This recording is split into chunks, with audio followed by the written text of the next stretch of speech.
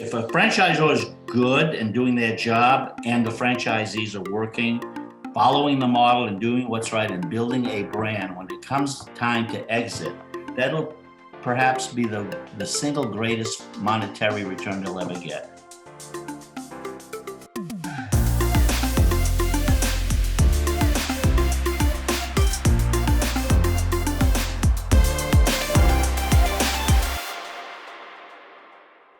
Today, we're going to meet my great friend, Jacques LaPointe, the founder of JanPro. Jacques, welcome to the Daily Coach YouTube channel. Hey, how are you? And thank you for having me. I am so excited to have you here, sir. You and I have been longtime friends in franchising for many years. Yeah. And the reason I asked you or invited you to the conversation, Jacques, is because we're trying to answer the question, is buying a franchise just making someone else rich? And here at the Daily Coach YouTube channel, I'm all about sharing the good news in franchising. There's enough bad news out there. You can find that anywhere you want. Yeah. But right here on the Daily Coach YouTube channel, I want to spotlight how really good franchisors do really good things for franchisees, and how franchising can literally change people's lives. But in return, how that also helps a franchisor make a lot of money and change their life. And that's why you're here, to kind of share your story of building one of the largest commercial cleaning companies in franchising and the massive success that you've had, but that has helped a lot of other people achieve their dreams along the way. So welcome to the conversation. Okay. So let me start from the beginning. When I first started JanPro in late 1991, I remember my wife, Ann, saying, Jack, you're going to be very successful in this business because you're helping the little guy. In those days, you use the term little guy. It really didn't mean anything derogatory, simply people, in the lower earning bracket. And I said to her, I said, interestingly, it's not why I'm in this business. I'm in this business to build a brand and to build a business. And I wasn't thinking necessarily about getting wealthy or anything successful. As time went on, first of all, the first year in December, Christmas time of 92, I got the shock of my life. I had 41 franchises already sold in my first year. And 35 of them sent me Christmas cards that said, Mr. Jack, you saved my life. You did this. I did none of those things, but I didn't even realize the impact I was having on people. Year 2 came along, and that year I sold 81. So now I have 122 franchisees in my first 2 years. I'm struggling to get new business to fill their contracts and all. And I'm worried about what's going on. I'm getting these Christmas cards, get over 100 of them, that says, Mr. Jack, thank you for helping me. You're doing this. So I realized that there was value in helping people own their own businesses. And that's really the business model of, in our case, what we call the 3-tier, right? There's 2 and 3-tier franchise models. Ours is 3-tier. It means the franchisor, the unit franchise owner who services the account, and the customer. And so here's that middle person, and what they were looking for was the cleaning contract, because they would go in at night. One of the nice things about this model was they could have day jobs and still, go in at night and family, maybe husband and wife, kids, whatever, and help clean a building. The average contract was relatively small, about $20,000 a year. When you think about $20,000 a year, and they were probably not making much more than that themselves, now they've doubled their income, and all of a sudden now they can have a better house, a car, whatever. So that was really the benefit of the process. As time went on and we started building it through masters, same thing happened. I mean, there were a lot of people who came to JanPro looking for an opportunity, in most cases because they were forced to. When I say forced to, I mean because they didn't really have any option. They probably lost their job. They were rejected at this or whatever happened. They were sort of forced to look at this business. And in doing so, saw an opportunity. Sometimes I had to work with them financially. We didn't always have the benefits of the Benetrins of the world and so on. So we had to work with them. Sometimes I had to adjust my royalties when they were struggling. There were times when people came in and, they weren't right for the business. If I saw it early, like in training, I would give them their money back.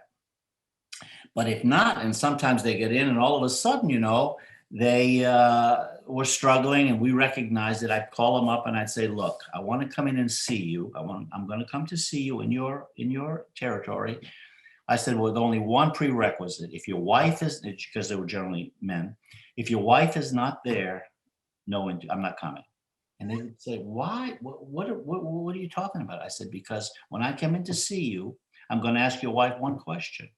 Is she willing to give you another 6 months of capital that you're going to take out of your checking account or wherever you got it in savings? Because now you're not making any money, you're not getting a check. How do you adjust it?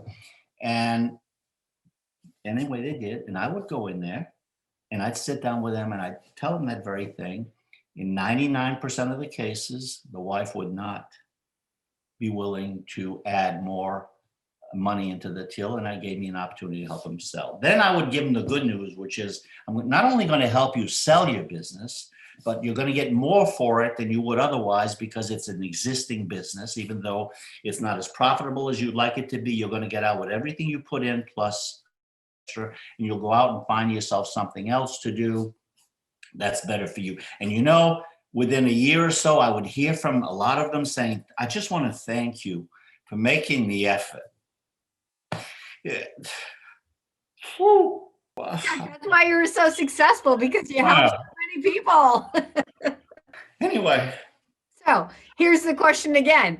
Is owning a franchise making someone else rich? I mean, come on, franchisors actually care about their franchisees. Boy, do they. First of all, if the franchisor is someone who's thinking about getting rich from franchising rather than building a business to help other people, they're not franchisors. They're people who do things for self-serving reasons. I mean, to a degree, we all, it's all about us too. But the idea is to help other people be successful, and in doing so, you benefit from that. Because in franchising, they talk about the franchise fee, for example. And okay, that's an expense up front. But at the same time, in reality, that's not a profit center for the franchisor. If they're using, services like yours, there's a piece of that coming off the top. But either way, whether it's that, the full amount or less, it's based on the royalties. Well, royalties come from the success of the franchise owners, right? And so if you want to build a solid brand and have value, it comes through royalties. When I started in 2004, I had the unfortunate news that I had prostate cancer. And that made me think about what else I could do in case, something ever happened to me where, my family wouldn't be protected. So I don't know exactly how it happened, but somebody approached me through private equity and said, Jack, you may have a business worthy of note at this point where it's scalable, scalable. He said, it depends on the franchise royalties and what you're doing in the long-term growth process. So where are you? We were probably 30-40% of what we are today. So there was a lot of growth room opportunity. So that was good for them. And the second reason was the royalties were really climbing. As a matter of fact, from 2002 to 2004, we literally had doubled the business. So they made me an offer I couldn't refuse. The offer was this. Since I didn't know exactly where I would be in my diagnosis, we talked about, what would I sell first? I sold a certain percentage and kept the rest for what they call the second bite and so on. These were terminology that they use. And so we did that. And 3.5 years later, it resold for 2.5 times what I had gotten the first time, and then did it again a third time, and it just recently sold in December for $300 million. So it's a serious number.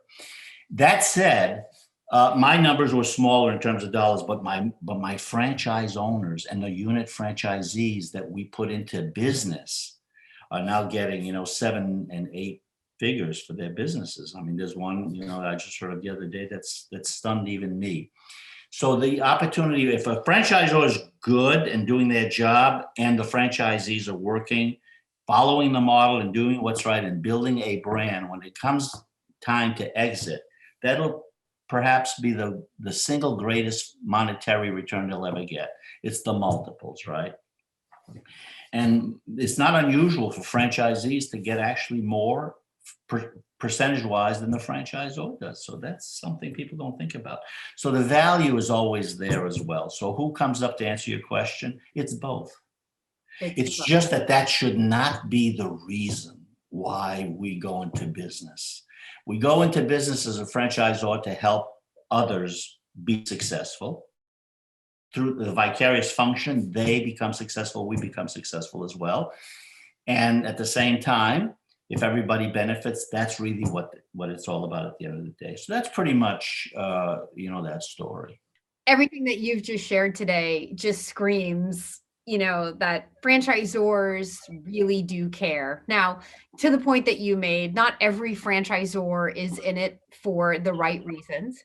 And in fact, that's why Kim Daly has a business, right? That's why Choice exists, to protect people from investing in businesses where we don't know who the franchisor is and we don't know their intentions. But I've been doing this for a long time, and I do know I have lots of relationships that my candidates get to leverage.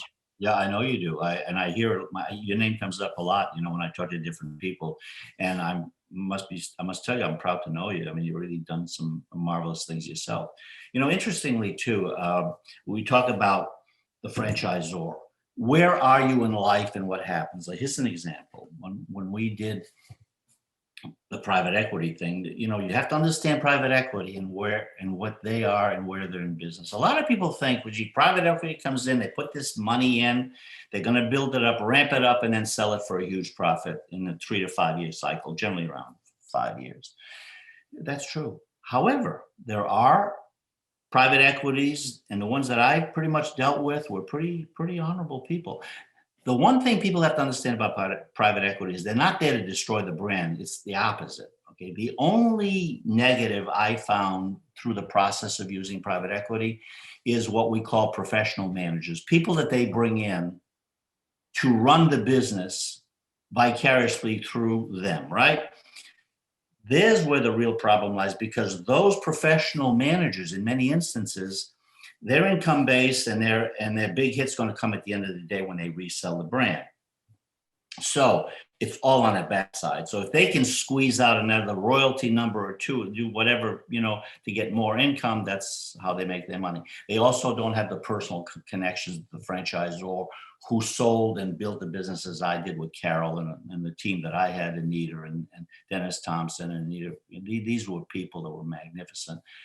And but the private, the people that they bring in as professional managers will look at them sometimes in a negative way, thinking they don't have the rapport that these people have. So they eliminate those people and they bring in their own, the kinds of people that they can. That's the downside that I found. But other than that, I found them to be very honorable people, because the one thing they don't want to do is destroy the very brand that they bought, through the investment money that they get, that they raise every time, to do these various buyouts. So it's a really valuable point, because many people in corporate America lose their job when private equity comes in. Yeah. But in private equity, the right private equity comes in and infuses money into a franchise. In my experience, it lifts the entire brand and increases the value for all of the franchisees, like you said. So when they get ready to exit their business, now their businesses are valued for higher amounts. Correct. That was the second thing I was going to tell you. And what other benefit